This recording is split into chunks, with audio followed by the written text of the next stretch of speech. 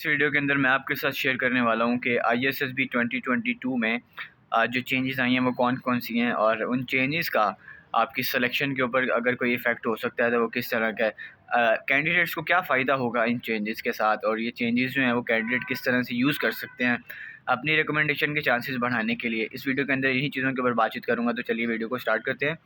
My name is Mohammad Haseeb and you are watching mentor 21। सबसे पहले अगर आपने चैनल सब्सक्राइब नहीं किया तो ज़रूर कीजिए, क्योंकि आपको प्रिपरेशन में बहुत ज़्यादा हेल्प होगी। मोर देन 250 वीडियोस बन चुकी हैं इन्हीं टॉपिक्स के ऊपर, तो यकीनन आपको बहुत फ़ायदा होगा।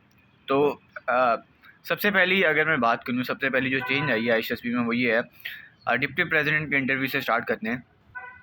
डिप्टी प्रेसिडेंट का जो इंटरव्यू है उसमें पहले तो ये था कि कैंडिडेट्स में ये कशमकश पाई जा रही थी कि जो इंटरव्यू है वो इंग्लिश में है, इंग्लिश में हमारी इंग्लिश बहुत वीक है, तो हम जो है वो इंटरव्यू अच्छी तरह से नहीं दे पाएंगे, हमारा कॉन्फिडेंस जो है वो स्कैटर्ड हो जाएगा, हमें इंग्लिश बोलनी नहीं आती तो हम किस तरह से इसको हैंडल करेंगे।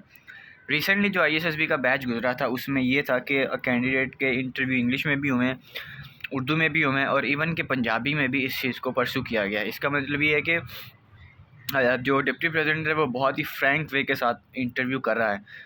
मकसद सिर्फ ये होता है कि वो आपकी शख्सियत को जान ले, मकसद सिर्फ ये होता है कि वो आपकी पर्सनैलिटी को जान ले कि आप किस किस्म के इंसान हैं, और वो किसी भी लैंग्वेज को यूज़ करके जाना जा सकता है। जिस लैंग्वेज में आप अपने आप को अच्छे तरीके के साथ एक्सप्रेस कर सकते हैं वो लैंग्वेज सबसे ज़्यादा बेस्ट कंसिडर की जाती है।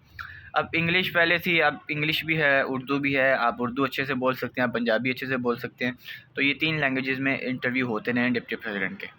दूसरी इंपॉर्टेंट चीज़, डिप्टी प्रेसिडेंट ज़रूर क्वेश्चन करता है जो कि सेक्स रिलेटेड क्वेश्चन होते हैं, उनकी फहरिस्त आप मेरी चैनल के ऊपर देख सकते हैं। थोड़ा सा वर्कआउट कीजिए, बहुत सारी चीज़ें आपको इस चैनल के अंदर देखने को मिलेंगी।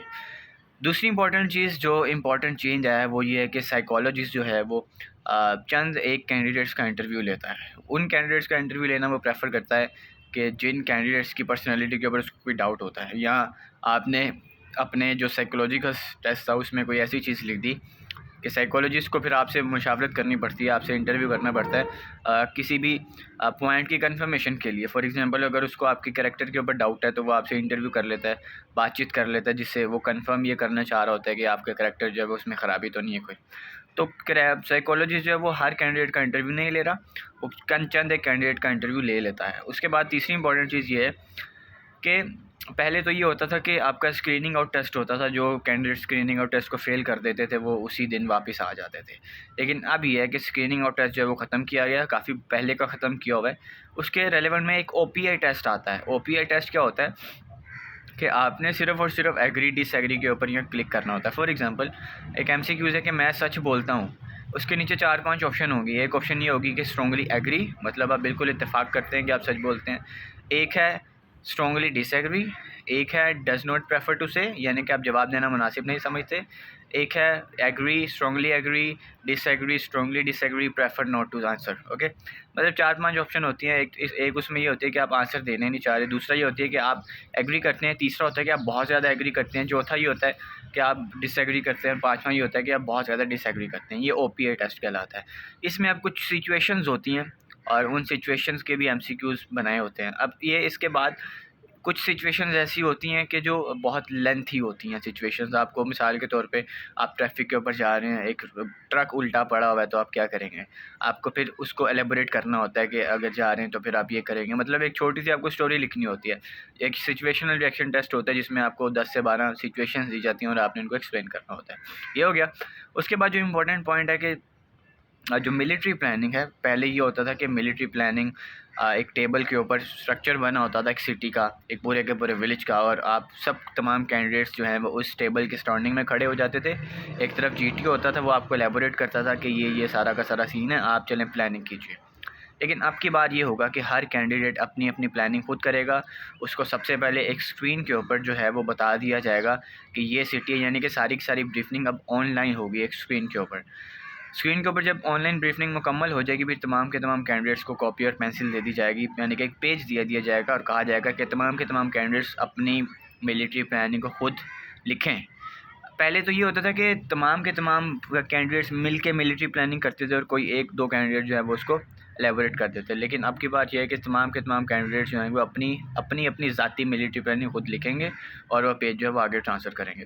अब पेज जो है वो आपको मिलिट्री प्लानिंग मुकम्मल होने के बाद दिया जाता है। इसका एक मतलब ये होता है कि आपको मिलिट्री प्लानिंग के अंदर जो चीज़ें बताई गई हैं आप वो जहन में रखें। आपकी याददाश्त कितनी कमज़ोर है, कितनी ताकतवर है, आप कितना ज़्यादा लर्न कर सकते हैं, आप कितना ज़्यादा कंसंट्रेट के साथ किसी भी काम को कर सकते हैं। अदरवाइज़ तो पेज और पेंसिल वो अगर वो पहले दे दें तो फिर ये होता है कि कैंडिडेट्स अक्सर पॉइंट्स नोट करने लग जाएँ कि यहाँ से लेके वहाँ यहाँ तक का फ़ासला इतना है, स्पीड इतनी है।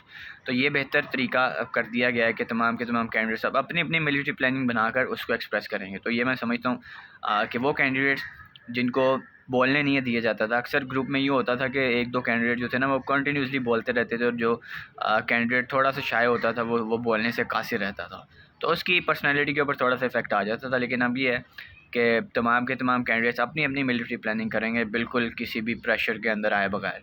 तो इसका एक तरीका इंपॉर्टेंट ये है कि आप अपनी ज़हानत को थोड़ा सा बढ़ाएं गौर से। जब आप गौर से सुनेंगे तो आपकी जहन में जो है बातें बैठती चली जाएंगी। तो इस चीज़ को इतना ज़्यादा अंडर एस्टिमेट करने की ज़रूरत नहीं है। बहुत सारी चीज़ें हैं, लैंग्वेज का आपका सबसे बड़ा इशू तो रिजॉल्व हो गया, और बाकी सारी की सारी चीज़ें पॉजिटिव रही है, एनर्जेटिक रही है। इंशाल्लाह ज़रूर पास होंगे आप अगर एलिजिबल हो गए तो। अपना बहुत सारा ख्याल रखिए। मुझे दीजिए इजाज़त। अल्लाह हाफ़िज़।